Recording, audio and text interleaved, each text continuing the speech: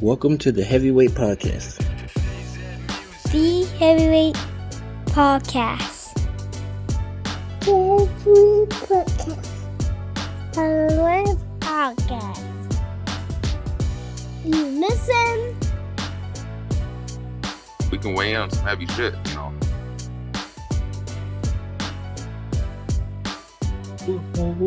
What's good? This is episode 48 of the Heavyweight Podcast. I'm your host, Moby-Thick. I'm here with these three guys. Go ahead and state your names. Shut up, McFly, a.k.a. Jesse the Barber's son. Kevin Wendell. That's what I got today. I'm Kevin Wendell. I feel like that. I feel, You feel mature today? yes. And we also have here with us. Geek 40, still your friendly neighborhood game master. A.K.A. the resident thick man. Oh man, You're not getting that Cheeks. down. This is nah. hey, I'm gonna drop a P.O. box in the bio so they can send you Hoochie Daddy shorts. And you gotta post them on the OnlyFans so we can get our numbers up. How's your weeks, fellas? McFly? It was good. Enjoyed my vacation. How was that D-Land? Oh, don't say that. That's not right. That's not right. I had that one in the pocket for a long time. No. How did the kids enjoy the land, the happiest place on earth? They Happy for enjoyed. them. They enjoyed it, but it was expensive for me. You got it, ball out. No, I don't. No, I don't. Time to go back to work. Tawaka. Mr. Wendell? Week was good. More OSHA and videos. Trying to stay awake, looking through those and clickety click click click. Yes, doing the quizzes. But you know what? It's fine. I love it. And you know what? It's gonna be Father's Day by the time we air. So happy Father's Day to you, Happy Father's niggas. Day. Man, And I will be in Catalina. I had that shit shut up for the end, but thanks for ruining it. Oh, my bad, nigga. You can still do it. You can still do it. Geek, your week, Mr. Thick, Dungeon Master, Oh god. Sir Knight of Thickness. So my last game, I killed all my players. Wait, what? Damn, Dick? you are brutal, dog. Kind of shit. I warned them that this particular game was going to be difficult, and I don't think they really believed me. The nigga said. He So? said everybody got to go. Sure. So you Everybody just gone. you're like that guy in the workplace. Luckily enough, this was a one-shot game, so it doesn't count towards what we have been playing. It was something that I wanted to try that recently came out, and they were down, and I warned them that it was going to be difficult, and they got clapped. So it happens. What about you, Mr. Lethal? My week has been more the same, sir. I have a just waiting. I have a favorite bench I like to sit on now. I now take interval walks. I'm getting a lot of steps in. My cardio is getting better by the day. I appreciate the job for it. I'm staying healthy while on the clock. You should get clean. I'm gearing up for I'm debating whether or not I'm going to do the same thing McFly did for my daughter's birthday, because now there's talks in the Gill house because we were supposed The trickle down effect. Yeah, we're supposed to take her this year, and I've been trying to I don't want to do it because I'm cheap. It's gonna get more expensive the more you wait. Because I was trying to just take her to Sesame Place. I was like, yeah, that's cheaper than Disneyland, but I might be vetoed. Because my daughter has. Yeah. Let me tell you something. All you parents out there that thought it'd be cool to have kids in the summer, fuck these summertime birthdays. It's hot as shit. I'm not trying to be out in 105. Kids don't feel heat, but I do. kids will run up and down all day at 105 like it's not hot outside, and I'll be miserable, dying miserable. So this is that. Other than that, I've been peaceful, trying to see how I can spending this money.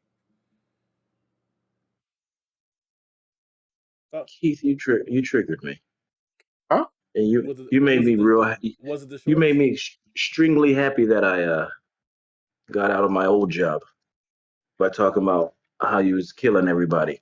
Because right What? before I left, Wait, what? right before I left, there was a gentleman who was conversating, and he said this.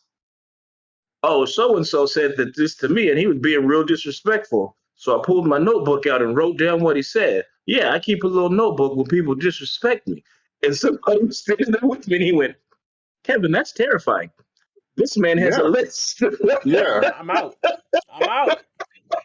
I'm I out. was like, yeah. I'm out. Hell nah. Hey, don't go out. disrespect him. He's gonna put you on the list. I am out. So Was that to see something, say something? He gonna go to jail, huh?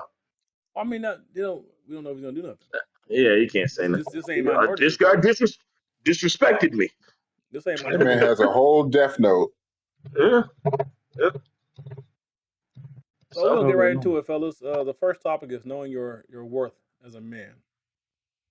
Like knowing Like, what you like knowing. It's a two-part. Knowing what you actually bring to the okay. table, and how You don't mean like me? You can do that too. Anything you consider valuable. So how do we determine that? That's the question. How do you determine your worth? How do you determine like in the world in the bank of McFly? How do you value yourself? What's funny is what I feel is my high worth. It might not necessarily be what I bring to the table to the other side. So like I can think that it's dope that I'm lyricist. I'm a dope lyricist, or I'm dope that I have this ability to be creative or whatever. And they be like, motherfucker, that's not where I'm highlighting from you. I highlighted that you have a good job and benefits. So like for me, it's like, yeah, this is why I'm dope. And they're like, oh motherfucker, this is the reason why you bring something to the table. So I guess I have two sides, but what I value is worth to what I know the other side. So my logical side, like clearly this over here is what I know I bring to the table that's valuable. And then on the other side, this is what I think is dope. Are you gonna list those things off? Thank you. You gonna list? Because I wasn't looking at it that way. Huh? You want to list those things off that you bring to the table? The ones I like, or the ones that are beneficial to the other side? All of them. Just list them. All right. What I bring to that I think is dope for me is that I'm a dope lyricist. I'm a creative. I'm super funny. I'm perverted. Heavily.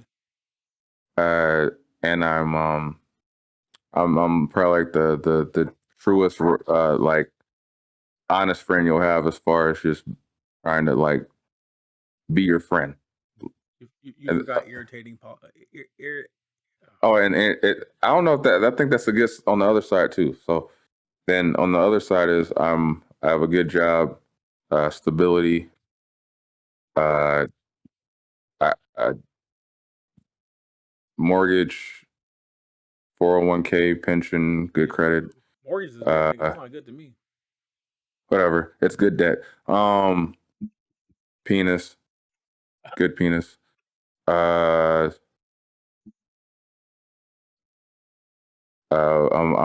irritatingly positive. Very. Always see the bright side in things, and a hard worker. And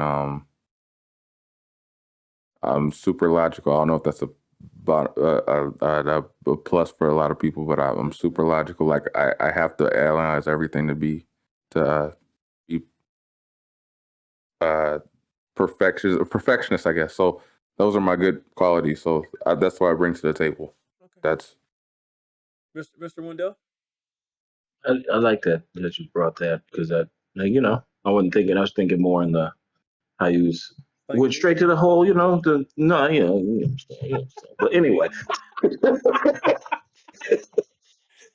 how we always go to the man side of doing things like taking care of stuff and shit like that. But yeah, I didn't even think about like just myself like that. Thank you. That's awesome. Um, Oh, you talking about I think individually? You're like what you? yeah, Okay, I yeah, see. because that didn't even cross my mind. Ain't that a bitch? But I think with You that can regard you is can also list them if you want to. you know, I'm listening. I'm listening. I'm trying to. Okay. You know, I'm trying. I'm building up. Take, It's with the way I see with deal with people. I guess like I think I have this ability to find the good in people and come to their level. I don't even want to say it their level. Like I could just I don't know. I'm just good with people. Like there's not too many people I come across that I can't level with. You know what I mean? And you ain't met my I think cousin. that's you'd probably be surprised. You'd probably be like, this nigga is talking to this nigga. And just I'm a sponge to shit. Like I like to learn new things and try to do well at them. So I don't know, just a people person, and I'm willing to learn and do stuff. Yeah, put myself out more sometimes. But anyway, like family side is I'm always present, and well, not today. I'm chilling at the house by myself. Anyway, I take care of what I got to do, like taking leaps to better myself for them and knowing my faults. I think that's a pretty good. And nigga, I cook. Yeah, I would have thought you put Mm, that first. Well, I put the dick first, but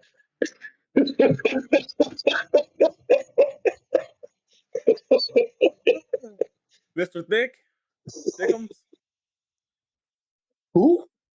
Mr. Thick, you, I don't know Thickmorty, who that is. I don't know who that Thickmorty. is. Thickum Uh, McGee. What I bring to the table? yeah, Um, dog. no, what is your evaluation of your work? What do you bring besides them hoochie that coochie is joints? incredibly difficult to say with my current circumstances, but Why? Financial is Why? always Yeah, short term. that's relative. it definitely has not been short term for me. But um, Excuse me. Says the nigga I that that, mean, that drives I a guess limousine. for me,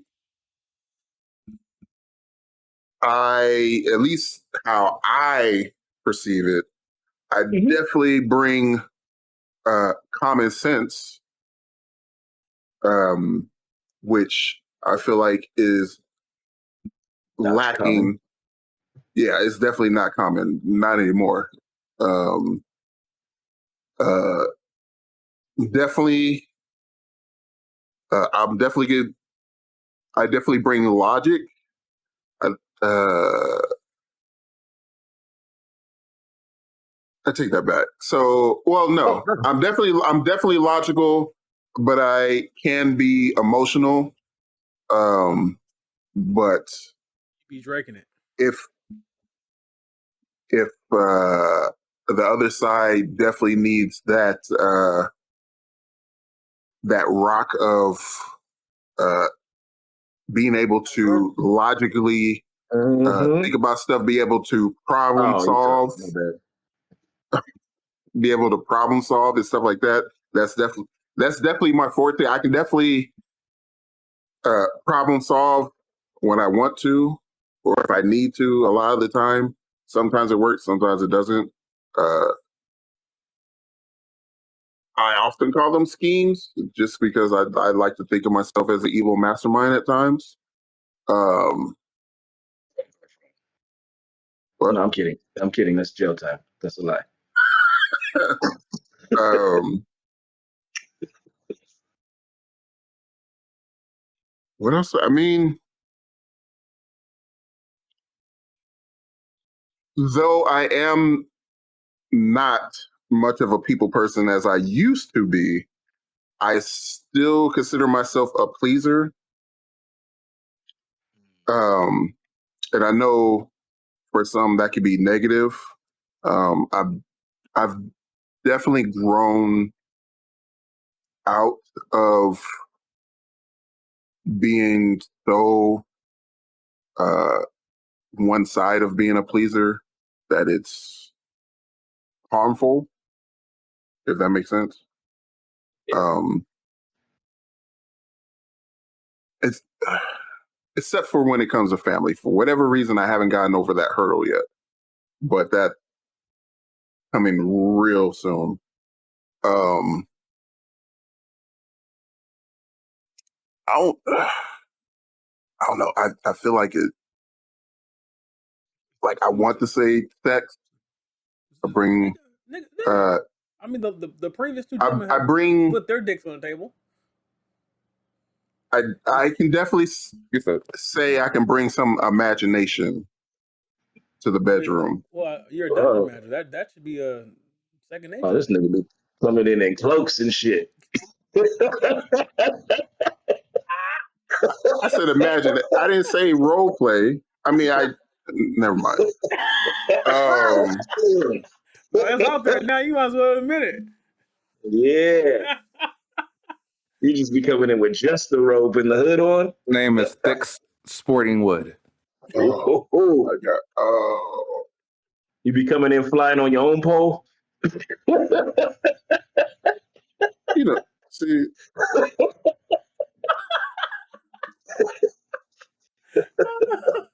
That's dope. You say you don't go fishing with a fishing rod. You just on in. Dick just be in the water. This lake cold here. This lake cold. I spearfish or spearfish. He harpooning these bitches. And yeah, I can even though I don't show it off as much as I probably should, I can cook when I want to or when the budget allows. I don't know where y'all thought that was going. You go to jail, man. Yeah. Negro, we just did like a whole minute and a half of dick references and puns, and you said I can't show it off when I want to. What did you think that was going to lead? He just lying like, let me whip this shit out. Oh, that would be gangster. You walked right into that one. That's why you wearing the hoochie gang shorts. I'm not the only perverted one here. Oh God. Yes. I know. Yeah. I'm respectable. I am so glad I'm a virtual character. Yeah, sorry. Ooh, I'm sweating. Are you done, Keith? Yes. Before oh shit, you about to get a whole lot of numbers. Yeah, right. Hey, they gonna say this guy. Well, I've already said like if they need to stay up on husband. Hey, can I talk to Thick Dick Brody? Oh shit. Oh shit. Oh shit. I mean, for me, it's kind of I don't really have an answer. I don't know. Like I get it. Like I bring all the other stuff. All the I got a good job, 401k, pension, investments, whatever, financially sound, provider, all that. But I guess I asked this question because I was pondering like personally, what do I do? Like, because when I look at myself, I feel like I have a lot of growth to do, especially like mentally. I'm definitely mentally and physically have a lot of like growth to do. Like I'm holding on to things I probably should let go, can't release, and I can't really paint a clear picture of myself.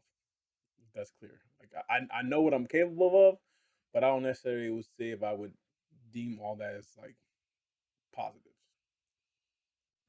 Because it's like I mean, McFly knows this. I could have one mindset and then the wind may blow west and like, yeah, fuck it, I ain't doing it. Like, and I switch up. Like, We so, talked about yesterday. yeah. So, that I mean, it's something I've been working on. I've been working on my mental a lot because, like I said last spot, I am a chronic procrastinator, and I think part of that is because um, things have always come easy for me as far as learning things. So I've always had the mindset of I'll get it done or I'll get around to it type deal. Um, like, but qualities, I know the qualities. I'm a good person. I'm honest, faithful, loyal. That's You know, good like I, stuff. That's great. and then all that stuff. I make decent money. I'm a provider and all that jazz. So, you know, I was Don't just calling downplay on that myself. stuff. Like, don't downplay the the the Well, the good person and loyalty I and all get that. that That's The it money important. can. part. Well, like America. he said, the money is one of those things that comes and goes. It's like you can And get it, look here, people. I but make like good not money, but everybody is it goes to like my that. family. My Yeah, money that goes to Nothing because my you're a wrong with good family. that. fucking That's person. what it's about. But like I'm My saying, money don't goes to my downplay it. family. You got a job most of these motherfuckers wish they had as far as the money that's coming in. People, I literally got paid. I actually looked at my time card. I'm a little bit of flex. I waited the week before last and this week. I think I worked about 52, 53 hours. I waited 36 of those hours. Yeah, that's awesome. And if you tell them how much you're getting paid per hour to wait, that really I'm piss a not lot gonna do of people that. off. I'm not gonna do that. Well, that shouldn't piss nobody. Like nobody should ever be mad at what somebody makes. Like that's good. But people do. But fuck them. Whatever. Fuck them. I can't Like wait till that's August how I to look get that. When I get at that, it. That's why I don't shy away from saying what I make. when I get that raise in August, I might start acting different.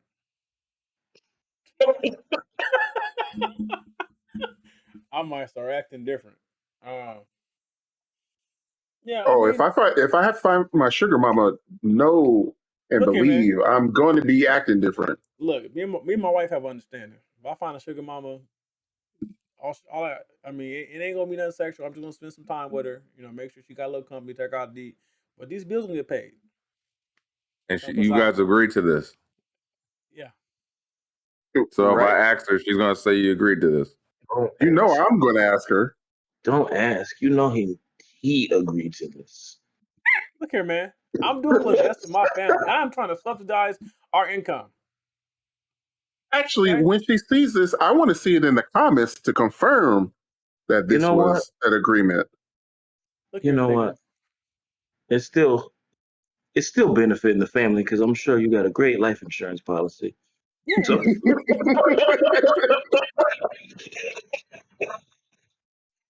Yeah. Uh, Uh. So I guess moving on, we're gonna transition into transitional trauma.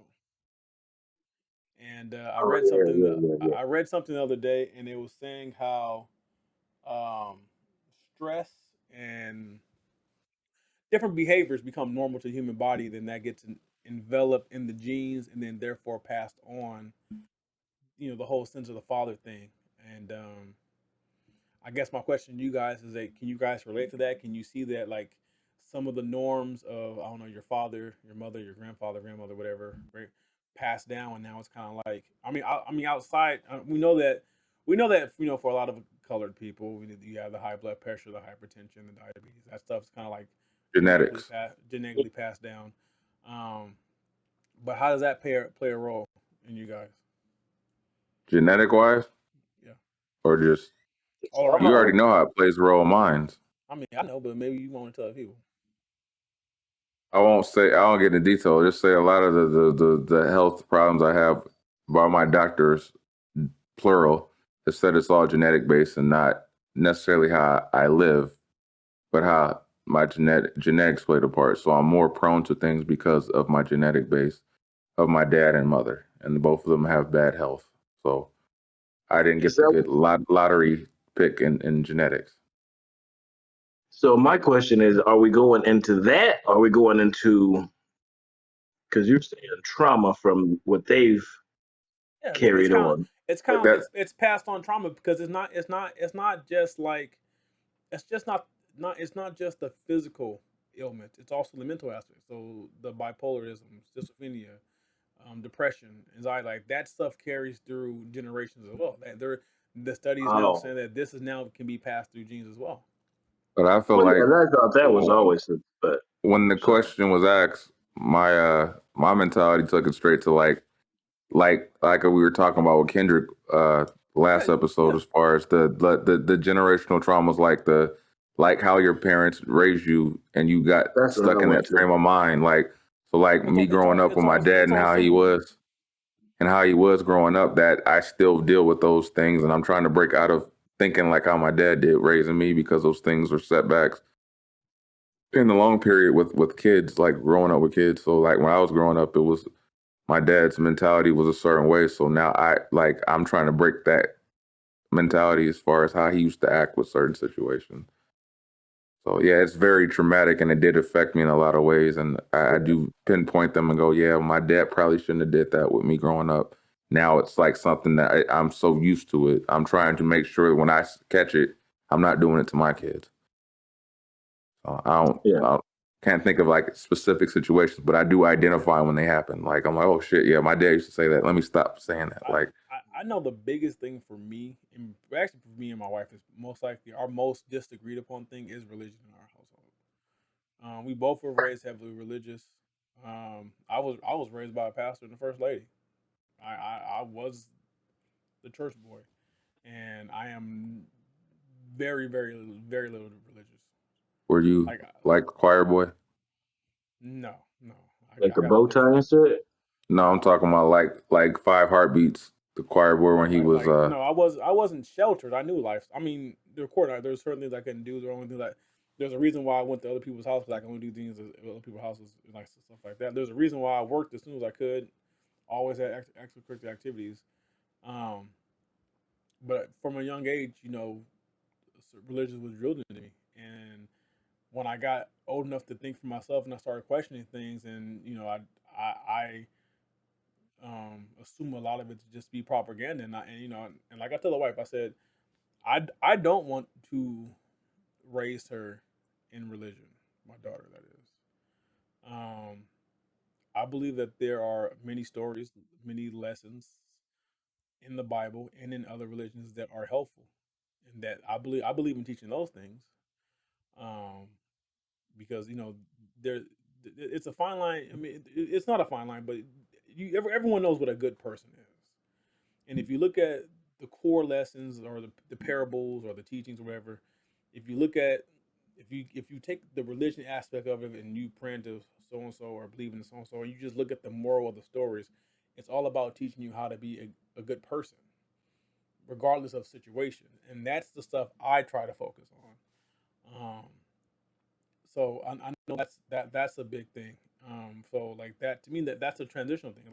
Like we talked about in the last episode with the whole Kendrick thing and the Auntie Diaries. Like I was raised in a situation to where if you were that way, LGBTQ, they would believe that you're a sinner and you're cast out, and even if you felt you were born that way, you know. So it's just like a lot of things I don't as older I didn't agree with, and then I think one thing that really triggers me is when I see how or watching how my grandparents passed. My grandfather with the cancer, my grandmother with dementia and a broken heart, and the suffering at the end of their lives. And I just look at like, man, they literally devoted 80 plus years of their life to a religion and then died in pain.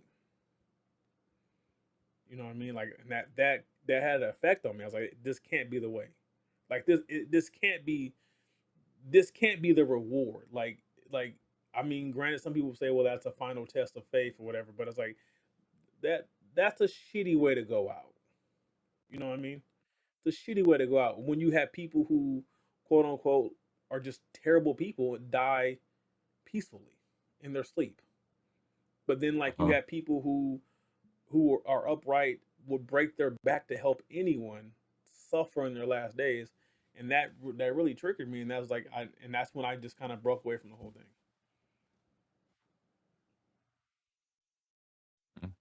That's understandable. Um, I don't know if I have too many other traumas.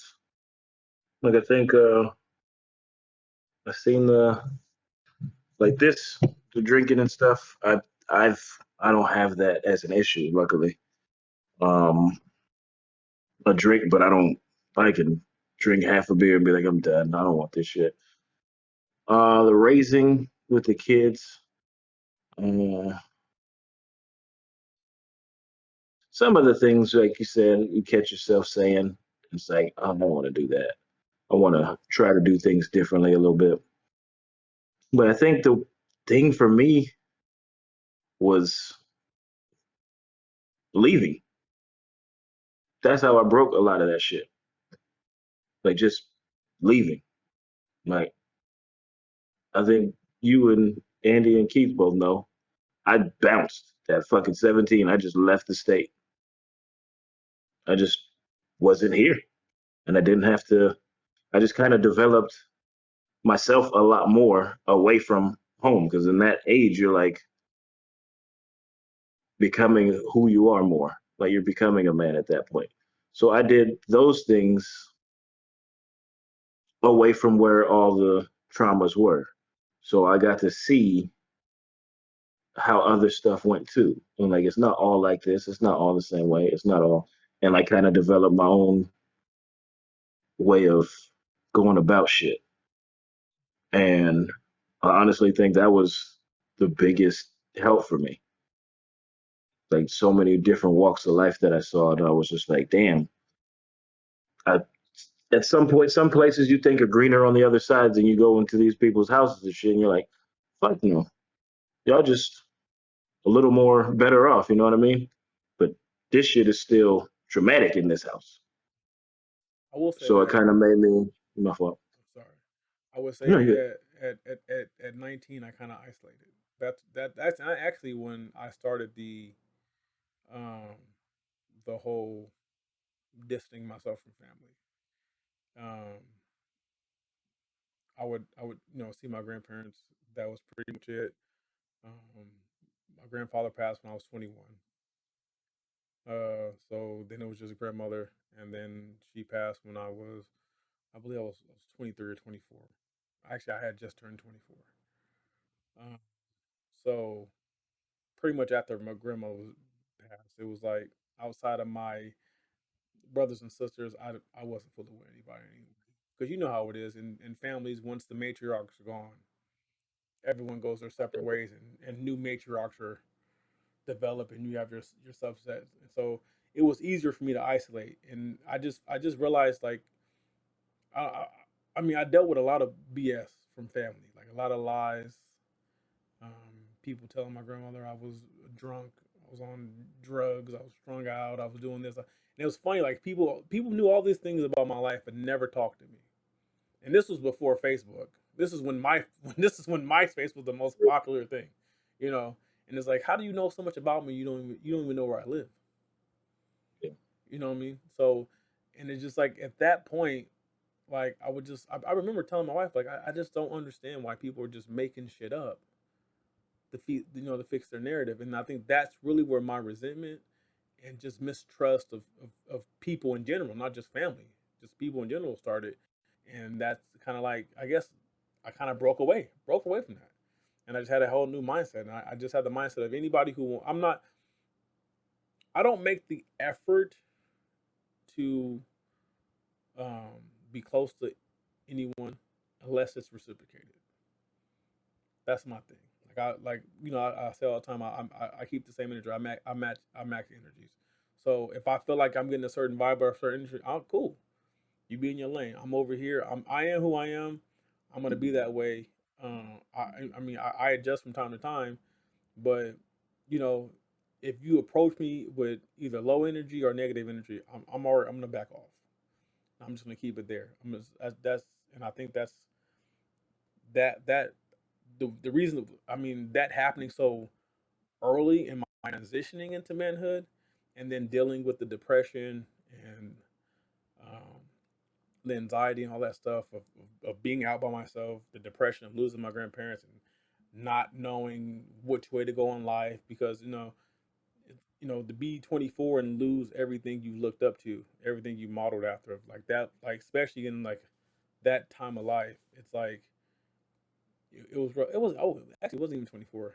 I was 22 when my grandma passed, so it was like just that whole thing there, like it just kind of threw me through the scale, and it made me jaded towards people in a way, and it really made me more of an asshole than I naturally was, which I had to be that way to protect my feelings. I think I developed the I don't give a fuck attitude to protect myself because I learned that when you care, that's when you get hurt the most. So if I just don't give a fuck, I'll wake up the next day and feel it, and it's just another day. It's just Tuesday. So Yeah, that kind of brought me to that I think because while I was gone, that's when we lost Tijor, and that kind of like taught me that because that just was so unexpected, especially at our age. It was just like that didn't seem real, and that taught me that this shit ain't promised, man. This shit ain't promised, and I kind of like fucking hit the ground and just went because that was yeah we were kids basically at that point, and that kind of you know how I am, just fucking go. I've calmed down a lot with that shit, but like that was one of those things that made me go, I don't know how much I got, so fuck it, let's go live. No, just to chime in here, I just realized I got hit with the memories of like a year ago around this time is when we kind of pretty much got back into the swing of the podcast, and now we're at 48 episodes of just that's an accomplishment. So I think we should pat ourselves on the back for that shit. Yeah, staying steady, consistency. Because it We said believe in that 4 shit. and now it's 48, so that's yeah. shit. Geek, That's a you beautiful thing. got any comments, responses? Uh, in terms of things passed down, uh, not a whole lot of people. Well, it's not really this is passed down, but not a whole lot of people know, especially looking at me now. Uh, I was born premature. Nigga, Um, you don't look it. uh, almost a month and a half. Damn. Yeah, yeah, yeah. Um, So 7 months. I I was very small for a very long time. Um,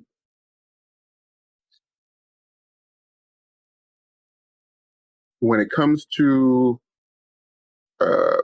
like medical things, uh, a lot of it is genetics. Um, quite a few people in my family have the typical high blood pressure, diabetes. Unfortunately for me, I'm the youngest in the long generation to get hit with it. Um, some of it is genetics.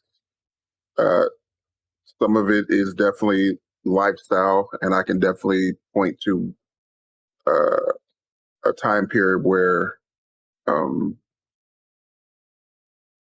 where like where I know I fucked up and it happened essentially. Um, uh, um, I know I have a couple of traits that have been passed down that are not the best.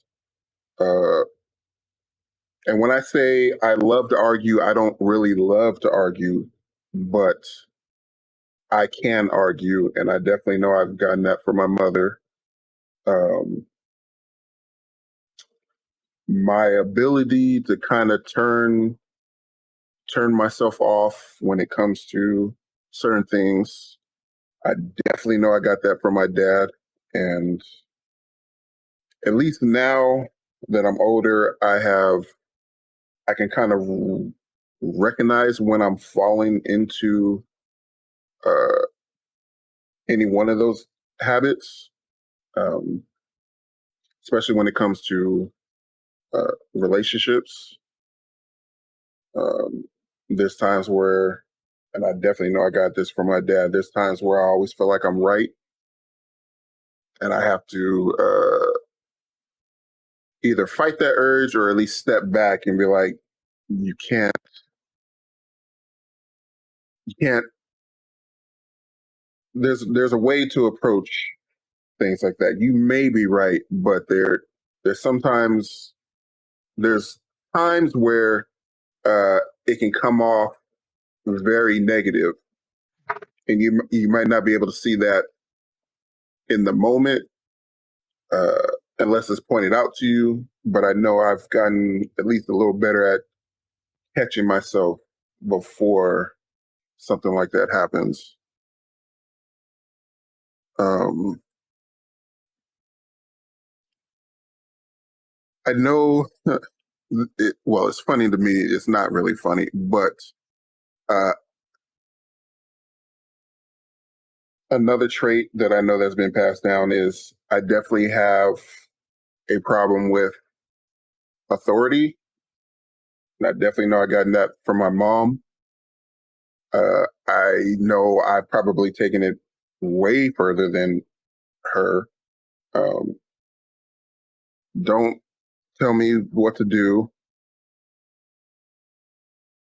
because I feel that I have the option to do something. Um, and there's definitely many stories where I have gotten in trouble growing up because I have that mindset where you can ask me to do something, which feels even if the way you ask is really just kind of tricking me into doing it, that's fine. But you trying to tell me to do something that odds are I'm probably gonna try to do the opposite or unfortunately self sabotage because you don't force me to do anything. Um, Get it? Pushing posters if you're looking for work. hmm? Oh, yeah. Oh, and see, and the reason why I brought up that problem of authority, I honestly believe that's one of the reasons why uh, I don't know if I'm cut out for like a normal 9 to 5 with a manager Yeah, or man. whatever because You're grown. If huh? if the So you're check work, grown. if the check is The worth it, problem is you'll be cool. the problem is the check has never been worth it for And me. that's the problem. Um, but then again, I've always worked to survive. There's never been really an opportunity for me to uh, work where I'm getting some type of, I don't want to say enjoyment, but uh, a feeling of purpose wherever I'm at. I'm just there to do my hours and get my check, if that makes sense. Hmm? Huh? I What? said you could jump in the hydrogen game, dog. What up? This nigga recruiting. Um, Right. so I mean, Kevin had talked about, or Andy and Kevin had talked about the whole parenting thing. So we're at the next topic is we're talking about is gentle parenting, and you guys' thoughts on that. I mean, we're trying that, and boy, it is rough. Would you care to elaborate one more time again? Because I Gentle, don't. gentle, gentle parenting is, in a nutshell, is treating your children as if they're Uh, allowed to yes. have their feelings and their emotions, that they're a person, they're allowed to have opinions, and it's not what we were born with, the you do what you're told, don't talk back, I don't care how you feel type. Just where I'm the authority here. It's more so you're allowing them to explain themselves into react to things. And I can tell you over here, boy, this is it's rough. Like, we're allowing her to be be her own person. She can react to things, but I mean, we're still stern. So certain things you just have to be stern about, because it's for your benefit. It may not be what you want to do, but it's for your Yeah. benefit. But you know, and it's a lot of, I'm not gonna say reasoning, but it's a lot of what I'm not used to doing. It's a lot of explaining. I'm telling you this because it's a lot of that. And so it's not just saying, hey, you can't do that. It's, you can't do this because these are the potential dangers. You can't do this because we have this plan. We can't go here today because it's so. um and I know that it's hard because it's like I'm breaking my own mindset in parenting, because I'm like, hey, look here, if I say sit down, sit your ass down. But it's like, hold on, I need you to sit down because we're doing, like, it's all about, Yeah. apparently it's like it's how you're phrasing things. It's not talking with the aggression. Um, and it's trying to have her be more comfortable, so that I can see the potential benefits in the long run, so that when she gets older, when she is a teenager, she will feel more comfortable coming to us and discussing things that she probably normally wouldn't. You know. So, what do you fellas takes on that? I'm doing shit that I never thought I would ever do in my life. I'm doing a lot more timeouts. I never thought timeout would be a thing, but it's a thing, and it's been effective. It's weird. There's no I'm all for them having their own voice and all that, but I'm not that talking back shit. Mm, no, couldn't. Don't allow it. Like I You said, but My know, favorite word, I'm my voice. favorite word growing up was why. I try not to get too far because I understand the emotional snaps of things. They don't even know how to control it. So I've done a lot more timeouts when it gets to that, and then I'm just like, you just sit over there until it's, and like I don't give a time. I'm like, we're gonna wait till this shit is over until you get yourself together. Timeouts hurt, like, seem to affect them more than if you did whip them. I noticed with timeouts for me, it Yeah, seems like it's torture for them. Yeah. yeah, it is. Like, it's worse than the whipping. It's like, oh my god, just don't put me in timeout. It's like that's worse. Yeah. I didn't Yeah. understand, and then it's like, I'm like, now do your 10, count to tens, and It's all it's whatever, and then now we'll talk. And you see have to understand why you went to timeout. the thing that we do now is we put her in timeout, and then what I do is, if she'll go to the corner and she thinks, okay, I'm gonna go here, I'm gonna play, I'm gonna find some play with, and I say, hey, the longer you play, the longer you sit there. Like, you're not supposed to have fun. And the other day, um, I made her stand. Normally she goes and sits in the corner. I said, now stand up this time. Oh, she had that. Then she wanted now I'm ready to listen and talk it out. And it's like, so she's a, we don't do the talk back. Um, so, like, everything isn't a question. There are some demands, because everything can't be, everything's not negotiable. So, and you've seen how my daughter act when I tell her to do something. Like, she may whine about it, but she's Go gonna do it. do what the hell I say. what I do. You see how she acts. So, even like at the party when she was like, they're playing in the dirt, like, she knows, she knows. So, and that's why I think, um, what I've noticed is that, I don't know if you guys noticed too, but it seems like it almost hurts her when she feels she's disappointed me. Like, she has like some self hurt there. So, I think I I see mean, it more effective, sorry, is in my teenager, because that is when they have a lot more of who they are. They're still trying to figure themselves out, but it's like, yo, you got to talk. Like, I don't know what the hell you got going on? Like, you got to talk. You got to be you. You can't do things because you think it's making me happy. Like, I need to know, like, just talk. Like, we had to have situational conversation. Like, when your grades are bad, yes, you're in trouble, but let's get to the bottom of this shit. Because you're not dumb. So what the fuck are we doing? Like, it's one of those things where it's tough because that's not how I was taught with shit. But I do understand that having that relationship is going to be beneficial in the long run. And almost like a teenage girl, that shit's hard, man. That shit is hard because it's like you gotta have boundaries, but you don't want to go too far with the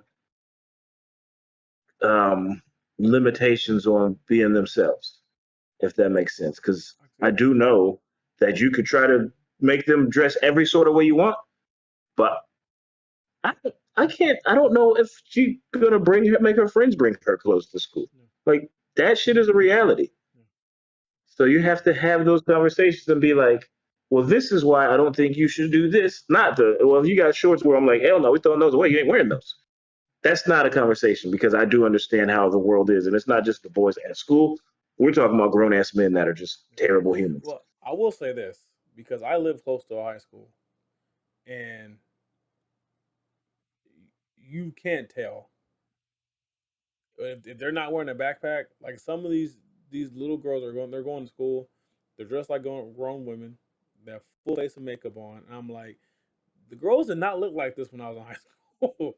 Like we look like high schoolers. Like and it's weird to me, and I ponder that. Like, why I ever let Man, like yeah, but then because you know when that shit it's a comes weird in, because you're like, it's a weird thing because like she's gonna be dealing with peer pressure, and it's like, well, I don't, and then I don't want to be the reason why she's getting picked on, but it's like, it's so a how weird much can I let her balance. do? Yeah, like yeah, it's yeah, it's a weird zone. It's a weird zone. So that's where I think the gentle parenting will be most effective. As you said, like when she gets older, it'll be a lot more open to be like, okay. And I'm then trying you still have that sternness where you're like, I told you this, and that's what it is. I'm trying to do everything I can to avoid a euphoria type of situation over here. You said a what? Euphoria. Oh, the show E4. I don't want I haven't watched that.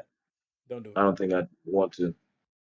So I I don't watched know. that 14 Reasons Why, and that shit messed me up. I was like, I couldn't damn, watch man, that this is either. what these kids are doing? Shit. I couldn't watch that. I just but I'm gonna ask Gig, do you feel like you could live on $10,000 a month? You feel like that's enough money for you to live comfortably?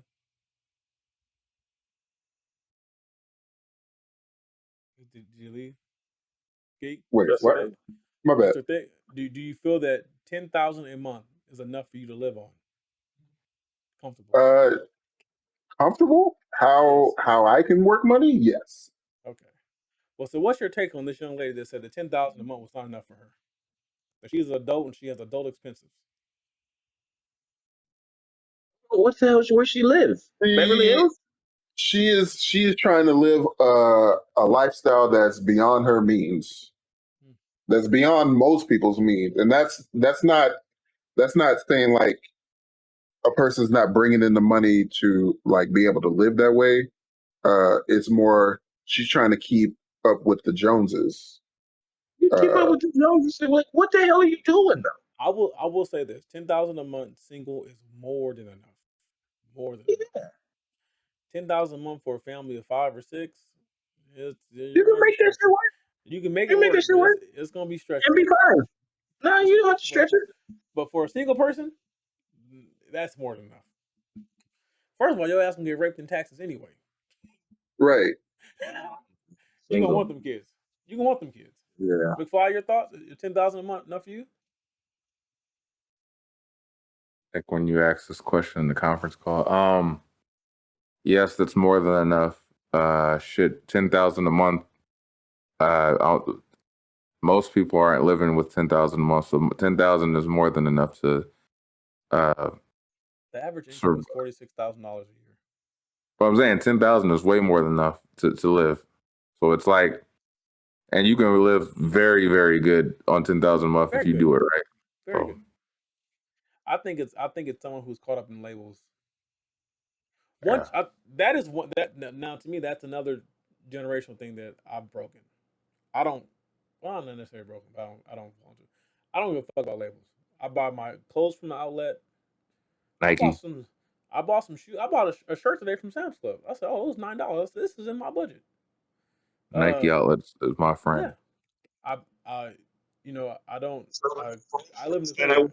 regularly Well, that the free shirts. I wear those regularly. Like, yeah, oh, you guys are having an event? Yeah, I'll take that shirt. I'll take yeah, that shirt. I'll take that shirt. yeah, yeah. That I don't. I'm not a label guy. Um, and I'm not loyal. Well, I take that back. The only thing I can kind of say I'm loyal to is that every screen in my house is a Samsung screen outside of my phone in the tablets. If it's not an Apple product and it's a screen, it's a Samsung. That's probably and that's just over time. I've always had the best luck with Samsung products, so Samsung screens, so I kept them. But other than that, I have no loyalty to anybody. I will change services in a heartbeat. I feel like anybody who says that they don't got no responsibility whatsoever. $10,000 a month ain't enough. Like you ain't taking care of shit. There's My no way thing you're is, taking care of shit. are you traveling every month? Like, are you on vacation every month? That That's one would thing I make can. sense. Yeah. That's the only thing I can see. If you're trying to see somewhere else different in the world, yeah, then yeah. But she was a young single woman, and I'm Yeah, like, like I can't where are even. you working outside of a tech job at your age where you're going to make this much money? And if you're working at a tech job, you don't have that much time off. I was gonna say there's some industrial shit, but you ain't got no time off. You ain't got no time off. You ain't got no time off. It's I don't know. He's But crazy. I don't this want to goes say back. crazy. This I don't this mean go in a mental because state. this kind of triggered me because it goes back to the other young lady that said that she wouldn't date a guy who made 100,000 a year because 10,000 a month is 120,000 a month. So are they Mhm. saying that 120 is the base? For for who? Because if you ain't making 120, then why the hell am I talking to you? Why I gotta make 120 if you ain't making 120? Right? See, there is a thing. This is a true thing that there is a thing that higher earning black women, there aren't that many black men available to them, or Cool. or men in general. Let's not say black men. Higher earning women. There's not that many men that they would deem, um, partners. So they normally tend to date down. That is a thing. But they shouldn't even But consider I it like think, that. but I think that's a thing between all high earners. I don't think that matters whether you're a woman or a man. Because, like you said, I mean, I could go find a woman right now that makes what I make, but it's not a lot of them. You know what I mean? They're few and far in between. Like I said, the average is between 46 and like 60. But it's like, but for you to say that, hey, I can't live off of this, I just think you're living above your means. Because I mean, there was a time in my life I lived off of 18,000 a year. I think Wouldn't call that living. Yeah, no, it wasn't living. It wasn't it's, living. it's It was living. it was scraping. I guess Yeah, it's living. It was that's a scraping. I guess it's struggle. living. It That's was some scraping. struggle. It's still I'm talking living. about. I'm talking It's a about. lesson in that. It's a I'm lesson in that. I'm talking about. I was eating off the Top dollar menu, ramen. top ramen. I would go to school and I would have You going to you still eating I had out? good friends that yeah on the specials. I'm messing with you. I had we look the wife and I we had a system. All right, I had direct deposit. I'd get paid Friday morning at midnight. So we knew The only day we really ate good was Friday. We was like spending $34 on food was eating good, but we had a system. We Monday we went. Monday it was we got there was 2 burritos for $1. So we Mondays were burritos. Tuesday we went to Popeye for the 2-for-1. Okay. Wednesday there was a Chinese place that had $2 Chinese bowls. We went there, and then Thursday we would have to just do the. I had got a stack of 99-cent tacos from Jack in the Box. I got it free 2 tacos. We would literally hit up 2 different taco Jack in the Box and get free tacos, and then get waters, and like we made it work. We made it work, you know, and now we are where we are now. But we made it work. Obviously, I was making 18. She was probably making like 20, whatever. But still, in California, ain't shit. We're living in the 1-bedroom apartment. Rent was like $700 at the time, but we made it work. But I don't understand where they get these numbers from. Because 120,000, you can live a pretty good life with that. They got around it. That's what that feels like to me. They're just making shit up. Possibly. They never been with a nigga who made that much. They lying. All I'm saying, if I can make 10 grand a month from the pod, I'd quit my other job. I'm just saying, to say that out loud to somebody is like, yeah, you never live like that. Shut your ass up. Boldly say it. But yeah, this has been episode 48 of the Heavyweight Podcast. We appreciate all the support. We want to say Happy Father's Day again to all the fathers. By the time you hear this, Father's Day would be here. And ladies, please stop buying us ties and fucking shirts and wallets, and stop having us cook for our damn self on Father's Day. It ain't no damn sense. We're going to I'm going to the goddamn Catalina wine mixer, baby. Okay. Make sure you play the drums when you get there. But like I said, this has been episode 48. I'm your host, Moby-Thick. I'm here with these 3 guys. Go ahead and state your names. Sutter McFly, a.k.a. Justy the Barber's son. A.k.a. that nigga. Brennan Ellis. Brennan. Yeah, okay. The Catalina wine mixer. Okay. I am Geek 40. I'm Geek 40, the true stay-at-home husband to be. A.k.a. Taking application. Thick Sporting Woods. Oh, my God. Oh. I'm not going to be here next pod. I'm boycotting. I'm boycotting. What you think you're going to In-N-Out milkshake?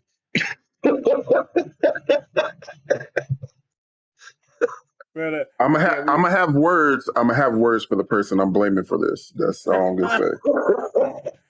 Again, man, we appreciate all the support. Stutter, go let them know real quick before we get off. July 20th. July 22nd, Friday, July 22nd. The venue is the venue in Grand Terrace. Kevin Wendell will be doing stand-up. It's going to be hosted by Brett As Is. There's Diesel performing, and I will be headlining the Stutter McFly. It's going to be a good show. And we are out. We appreciate y'all. We'll see you next time around. Peace. If you can hear the sound of my voice, you're a real one for sticking to the end. Just want to thank you again for listening, and stay tuned for the next episode. 40 out.